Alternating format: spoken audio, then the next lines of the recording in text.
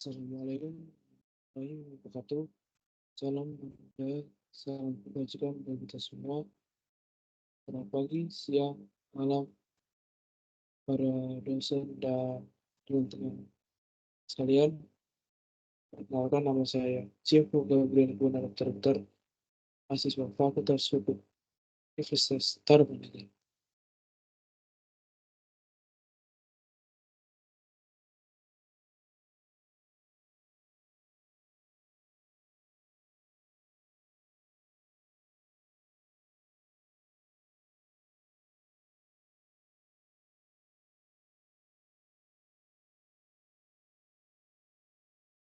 Di sini saya ingin mempresentasikan tentang sistem peradilan pidana.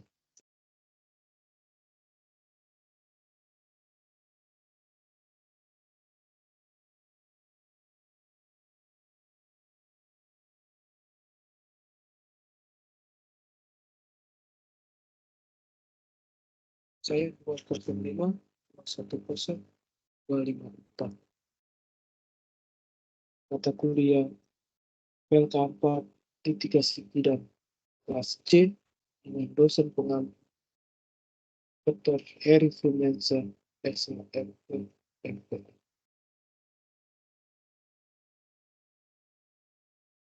Sebelum kita masuk ke materinya, baiknya kita membahas sejarah sistem peradilan pidana. Jadi, apa itu sejarah sistem peradilan pidana? Hukum dan ketertiban dalam praktik telah mengalami kegagalan, terutama dalam menekan angka kriminalitas terutama di Amerika Serikat, sehingga muncul gagasan pendekatan sistem atau system approach dalam mekanisme administrasi peradilan pidana. Pendekatan ini dalam teori kriminologi dan prevensi kejahatan dikenal sebagai criminal justice system model. Sistem peradilan pidana atau SPP untuk pertama kali diperkenalkan oleh pakar hukum pidana dan para ahli dalam criminal justice science di Amerika Serikat, sejalan dengan ketidakpuasan terhadap mekanisme kerja aparatur penegak hukum dan institusi penegak hukum. Next. Apa itu pengertian sistem pengadilan pidana atau criminal justice system? Dalam istilah criminal justice system atau sistem peradilan pidana SPP, kini telah menjadi suatu istilah yang menunjukkan mekanisme kerja dalam penanggulangan kejahatan dengan menggunakan dasar pendekatan sistem. Kalau criminal justice system dapat diartikan sebagai pemakaian pendekatan tersistem terhadap mekanisme administrasi peradilan pidana. Dan peradilan pidana sebagai suatu sistem merupakan hasil interaksi antara peraturan perundang-undangan, praktik administrasi, dan sikap atau langkah suatu sosial. Next. Pengertian sistem peradilan pidana menurut para ahli. Pertama ada Herbert L. Becker, kedua ada Sir William Blackstone, tiga ada John Rawls, keempat ada Max Weber, kelima ada Michel Foucault, dan ini dia menurut para ahli tersebut. Yang pertama ada Herbert L. Becker. Dalam konsep yang terkenal, Becker membagi sistem peradilan pidana menjadi dua model akusatorial dan model inquisitorial. Model akusatorial mendekatkan pada hak individu dan perlindungan terhadap penyalahgunaan kekuasaan pemerintah. Sedangkan model inquisitorial menitik beratkan pada pencarian kebenaran dan peran aktif dari pengadilan dalam menentukan bukti. Yang kedua, menurut Sir William Blackstone, tokoh hukum Inggris ini mengemukakan bahwa sistem peradilan pidana harus mengutamakan prinsip presumption of innocence atau praduga tak bersalah yang mengharuskan pemerintah membuktikan kesalahan seorang terdakwa di hadapan pengadilan. Yang ketiga ada John Rawls. Dalam teori keadilan sosialnya, Rawls menekankan pentingnya perlindungan terhadap hak-hak dasar individu, termasuk hak atas proses peradilan yang adil dan berkeadilan. Yang berikutnya ada dari Max Weber. Weber memandang sistem peradilan pidana sebagai sebagian dari struktur kekuasaan yang merupakan monopoli negara. Baginya, lembaga peradilan memiliki peran penting dalam menjaga keteraturan sosial dan menegakkan supremasi hukum. Dan yang terakhir dari Michel Foucault melihat sistem peradilan pidana sebagai alat kontrol sosial yang digunakan oleh pemerintah untuk menjaga ketertiban dan kekuasaan, serta mempertahankan hierarki kekuasaan yang ada dalam masyarakat. Next. Perbedaan antara criminal justice process dan criminal justice system menurut Hagen. Criminal justice process adalah setiap tahap dari suatu putusan yang menghadapkan seorang tersangka ke dalam proses yang membawanya kepada penentuan pidana baginya. Kalau criminal justice system adalah interkoneksi antara keputusan dari setiap instansi yang terlibat dalam proses peradilan pidana. Jadi singkatnya, perbedaan criminal justice process itu setiap tahap suatu putusan yang menghadapkan seorang tersangka langsung kepada penuntut pidana. Kalau sedangkan justice system itu keputusan dari setiap instansi yang terlibat dalam proses pidana.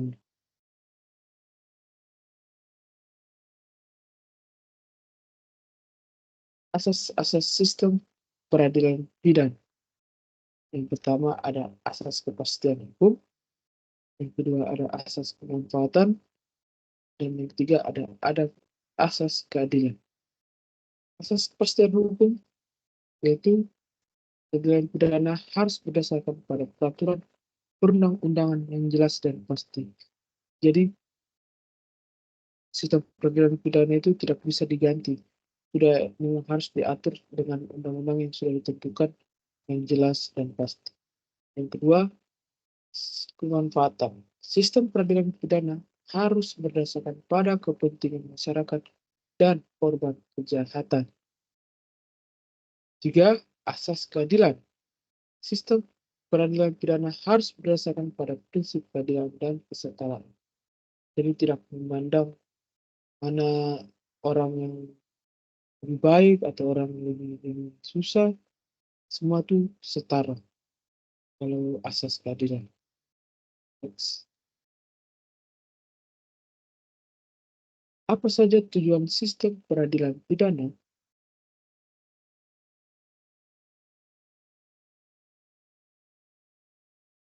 Yaitu menyelesaikan kasus kejahatan yang terjadi.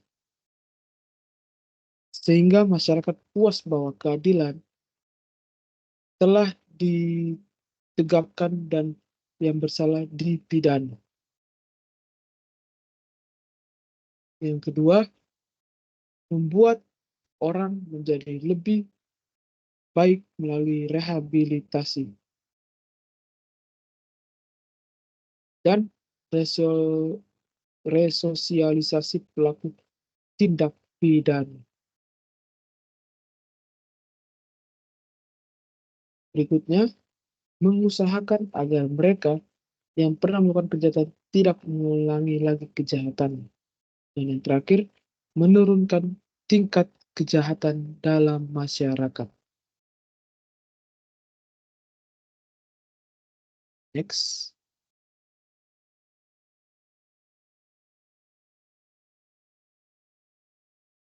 Beberapa komponen sistem peradilan pidana. Yang pertama ada penyelidikan, yang kedua ada penuntutan, tiga peradilan, dan keempat ada kepemidanaan.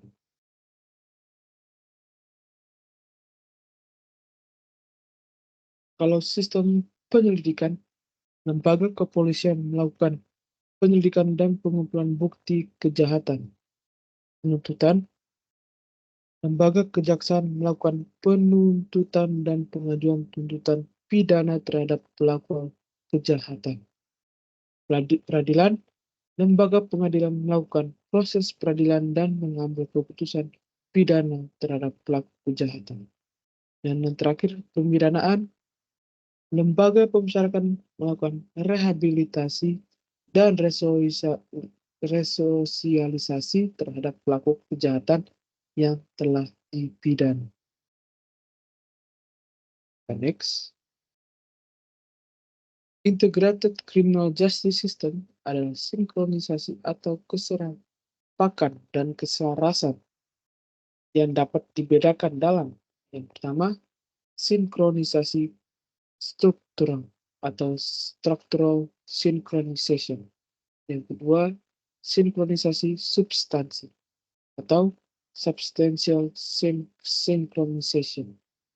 Dan yang terakhir ada sinkronisasi kultural atau cultural synchronization. Sinkronisasi struktural adalah keserampakan dan keselarasan dalam rangka hubungan antar lembaga penegak hukum. Sinkronisasi substansial adalah keserampakan dan keselarasan yang bersifat vertikal dan horizontal dalam kaitannya dengan hukum positif. Dan yang ketiga, sinkronisasi kultural adalah keserampakan dan keselarasan dalam menghayati pandangan-pandangan, sikap-sikap, dan falsafah yang secara menyeluruh mendasari jalannya sistem peradilan pidana. Next.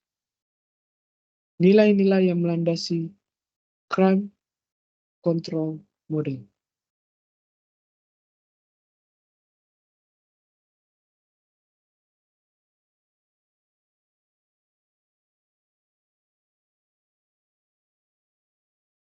Yang pertama, tindakan represif terhadap suatu tindakan kriminal merupakan fungsi terpenting dari suatu proses peradilan.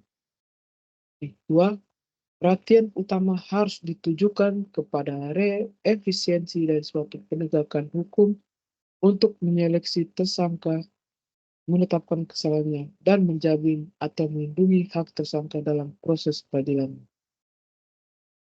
Yang ketiga, proses kriminal penegakan hukum harus dilaksanakan landaskan prinsip cepat atau speedy dan tuntas, finality.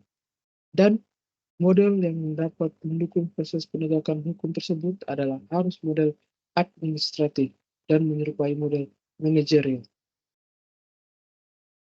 Yang keempat, asas-asas praduga bersalah atau presumption of guilt akan menyebabkan sistem ini dilaksanakan secara efisien. Yang kedua, proses penegakan hukum harus menitik beratkan kualitas temuan-temuan fakta administratif. Oleh karena temuan tersebut akan membawa ke arah A. Pembebasan seorang tersangka dari penuntutan, atau B. Sediaan tersangka menyatakan dirinya bersalah atau plead of guilty.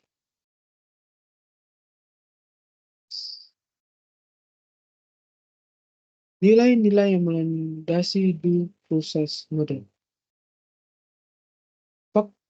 Kemungkinan adanya faktor kelalaian yang sifatnya manusiawi atau human error menyebabkan model ini menolak informal fact-finding process sebagai cara untuk menetapkan secara definitif factual guilt seseorang. Model ini hanya mengutamakan formal, adjudicative, dan adversary fact-findings. Hal ini berarti dalam setiap kasus tersangka harus diajukan ke muka pengadilan yang tidak memihak dan diperiksa sesudah tersangka memperoleh hak yang penuh untuk mengajukan pembalasan. Pembelaan. Kedua, model ini menekankan kepada pencegahan, preventive measures, dan menghapuskan sejauh mungkin kesalahan mekanisme administrasi peradilan. Yang ketiga, model ini beranggapan bahwa menempatkan individu secara utuh dan utama di dalam proses peradilan dan konsep pembatasan pembunuhan formal sangat memerhatikan kombinasi stigma dan kehilangan kemerdekaan yang dianggap merupakan pencabutan hak asasi seseorang yang hanya dapat dilakukan oleh negara. Proses peradilan dipandang sebagai coercive atau menekan, restricting, membatasi, dan merendahkan martabat atau demeaning. Proses peradilan harus dikendalikan agar dapat mencegah penggunaannya sampai pada titik optimum, karena kekuasaan cenderung disalahgunakan atau memiliki potensi untuk menempatkan individu pada kekuasaan yang koersif dari negara. Dan yang terakhir, model ini bertitik tolak dan nilai yang bersifat anti terhadap kekuasaan, sehingga model ini memegang teguh doktrin legal good. X. Ya, ini jangka waktu penahanan sistem peradilan pidana. Nama kepentingan penyidikan 20 hari dapat diperpanjang PU 40 hari. Kepentingan penuntutan 30 hari dapat diperpanjang KPN 30 hari. Kepentingan pemeriksaan siding 30 hari dapat diperpanjang KPN 60 hari. Kepentingan pemeriksaan banding 30 hari dapat diperpanjang KPT 60 hari. Kepentingan pemeriksaan kasasi 50 hari dapat diperpanjang KFA 60 hari. Masih dapat diperpanjang 2 kali 30 hari jika terdapat alasan yang patut dan tidak dapat dihindari pasal 29 KUH pidana. Ya. Saya memiliki beberapa sesi tanya jawab. Pertama, apakah sistem peradilan pidana di Indonesia efektif dalam menanggulangi kejahatan dan mencegah terulangnya kejahatan? Sini saya akan bantu menjawab. Sistem peradilan pidana di Indonesia bertujuan untuk menanggulangi kejahatan dan mencegah terulangnya kejahatan. Namun, efektivitas sistem peradilan pidana di Indonesia masih perlu ditingkatkan dengan meningkatkan kemampuan aparatur penegak hukum, meningkatkan kualitas bukti, dan meningkatkan kesadaran masyarakat terhadap hukum. Jadi itu jawabannya tadi. Pertanyaan kedua, apa perbedaan antara peristiwa pidana dan delik? Ini adalah sebagian orang yang bertanya, apa perbedaan peristiwa pidana dan delik? Ya, peristiwa pidana dan delik itu kalau saya mengambilnya dari menurut Muljab, peristiwa pidana memiliki pengertian yang sama dengan delik atau tindak pidana. Peristiwa pidana hanya menunjukkan suatu kejadian tertentu saja, sedangkan delik mencakup segala perbuatan baik yang bertentangan dengan hukum. Dan ketiga, bagaimana sistem peradilan pidana di Indonesia dapat ditingkatkan? Jadi ini jawabannya tidak beda jauh sama yang nomor 1 ya. Yaitu sistem peradilan pidana di Indonesia dapat ditingkatkan dengan meningkatkan kemampuan aparatur penegak hukum, meningkatkan kualitas bukti, dan meningkatkan kesadaran masyarakat terhadap hukum. Selain itu, perlu juga diperhatikan asas-asas sistem peradilan pidana, seperti kepastian, keempatan, dan keadilan. Pertanyaan berikutnya, bagaimana sistem peradilan pidana di Indonesia dapat diintegrasikan dengan masyarakat? Ya, sistem peradilan pidana di Indonesia dapat diintegrasikan dengan masyarakat dengan meningkatkan kesadaran masyarakat terhadap hukum, meningkatkan partisipasi masyarakat dalam proses peradilan, dan meningkatkan kualitas pelayanan.